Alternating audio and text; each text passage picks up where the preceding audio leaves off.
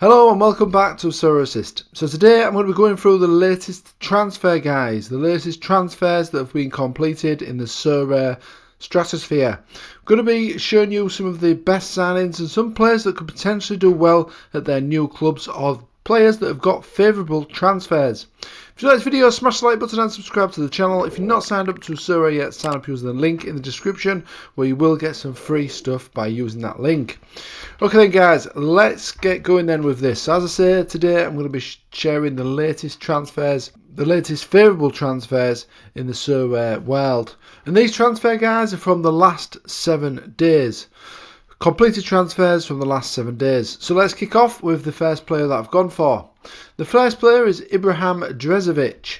Now he's actually signed for Makita Zelvia in the Japan J League until January 2025. So that's for the full upcoming season. Now as you can see, he's been scoring fairly well really, and that was in the Turkish division with his previous club, Faith Karabukrook. And as you can see, he's probably not playing for one of the best teams in the Turkish league, but he's still been scoring pretty well for them as well when he has started games. If we just filter this to games started, consistent really in terms of his scores, and I do expect him to get even more of these good scores in the Japan J League, which you could argue is probably a lower standard than the Turkish Super League. Now if we have a look at his time in Holland as well, this might be sort of a similar level to Japan potentially, or again a little bit lower, a little bit higher quality than Japan. And as you can see, he's got some fantastic scores during his time there as well. He is a defender, of course, looking pretty cheap though. Will be interesting to see how he gets on at his new club. Another player as well that's got a favourable transfer is Thiago Santana. Now he is actually signed for Awawa Reds. As you can see here, is a winter signing for Awawa Reds, and he did previously play for Shimizu S-Pulse, who I believe was in the Japan J League 2 last season. Now if we just filter this to all and go to his time when he was playing in the J League, we can see he was having some absolutely fantastic scores. He's only 30 still as well, so capable again of getting these scores at a better club in terms of Awawa. And as I say, he was playing for Shimizu S-Pulse previously. Now I think there was potentially in the J League 2 last season, and as you can see, when he was playing in the J League 1 previously, he had scored 33 goals in 72 starts and 8 assists as well, and some really good scores as well for a Japanese forward. So I think he's looking at a really good option there guys. He has now transferred to Awawa Reds. And the next transfer that's looking good as well is Joel Muveka.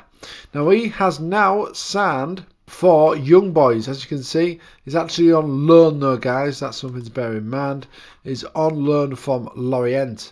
So previously it was playing for Lorient in the French League 1. Now the Switzerland League should be a bit of a lower standard than the French League 1 of course. And if you just look at some his time when he was playing in Sweden, he was playing in the Swedish League. As you can see here, he's got some really good scores, and I'd say that the Switzerland League is probably of a similar standard, so I would expect some good scores from this guy. He's only young as well. He's of course only on loan though, that's something to bear in mind, but I think it could be a good season next season for the young forward. And next up we've got Gonçalo Guedes. Now he has been moving around recently. I think he was previously playing for Benfica, as highlighted by his shirt here. Now, if we just look at the statistics here, he's not getting much game time for Benfica since he transferred there, as you can see. And if we have a look at all of his games, and if we filter this to the Spanish La Liga, so this is when he was previously playing, guys, with Valencia guys, and he's now signed for Villarreal. As you can see, he was getting some absolutely fantastic scores for Valencia. Now you could argue that Villarreal is potentially a better team than Valencia currently, and as you can see, these prices are looking really tasty to me for potentially quality forward in the Spanish League 1. He's only 27 still as well, so I think this is looking at a really favourable transfer. Next up, we have Scott Twine. Now, he's signed for Bristol City, who are in the Championship. He's signed from Burnley, who, of course, were in the Premier Division. Now, as you can see, he has had a bit of a stint at Hull City. I don't know if that was on loan or not. Previous to that, he was playing for Burnley. Not getting much game time, though. But when he did make some starts, he did fairly well for Burnley. And he's done really well at his loan at Hull City. Now, he has signed for Bristol City in the Championship. And if we filter this to all his stats for the Championship, we'll be able to see that he's got some pretty good scores here. And of course, this is majority at the time when he was at Hull City. I would argue that Bristol City are at a similar standard to Hull City currently. And as you can see, some really, really good scores there. So it could be another one to keep an eye on.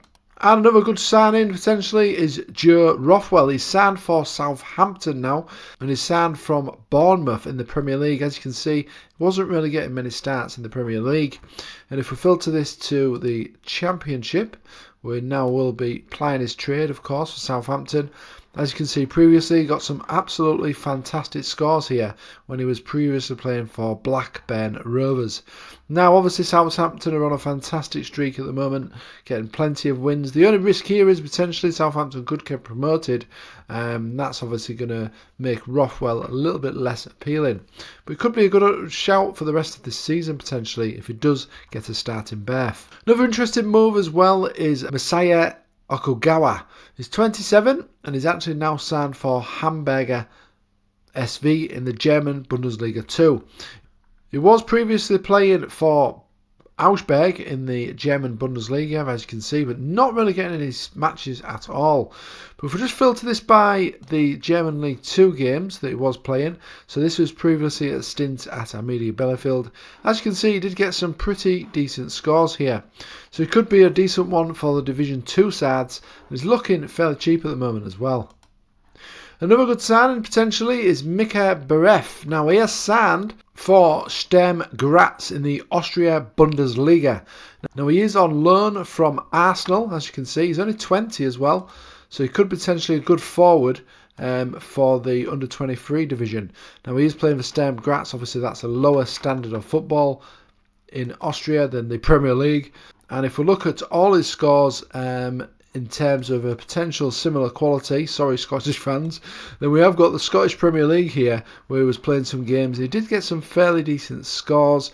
We could even potentially argue that the Austria Bundesliga is probably a little bit worse than the Scottish League, I would say. And let's just have a look at his time in the Eredivisie. Didn't really get much time there in terms of minutes, but as you can see, similar standard to potentially the Austrian Bundesliga. Did get some good scores, and he is only 20 as well, guys, so still developing, so it should be a really good chance here for him to shine at his new club Sturm Graz. So we're one of the top teams, I believe, in the Switzerland division. Next up, we've got Francesco Calvo. He's now signed for Mexican side Juarez. As you can see, he was getting some good scores here from his previous club, which was Konyaspor in the Turkish Superliga.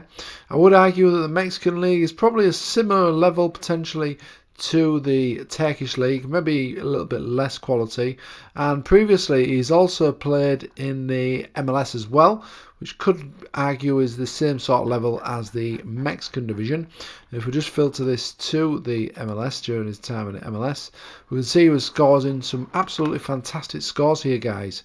So this one could be a really good option here in the Mexican league, and he's looking really cheap at the moment as well.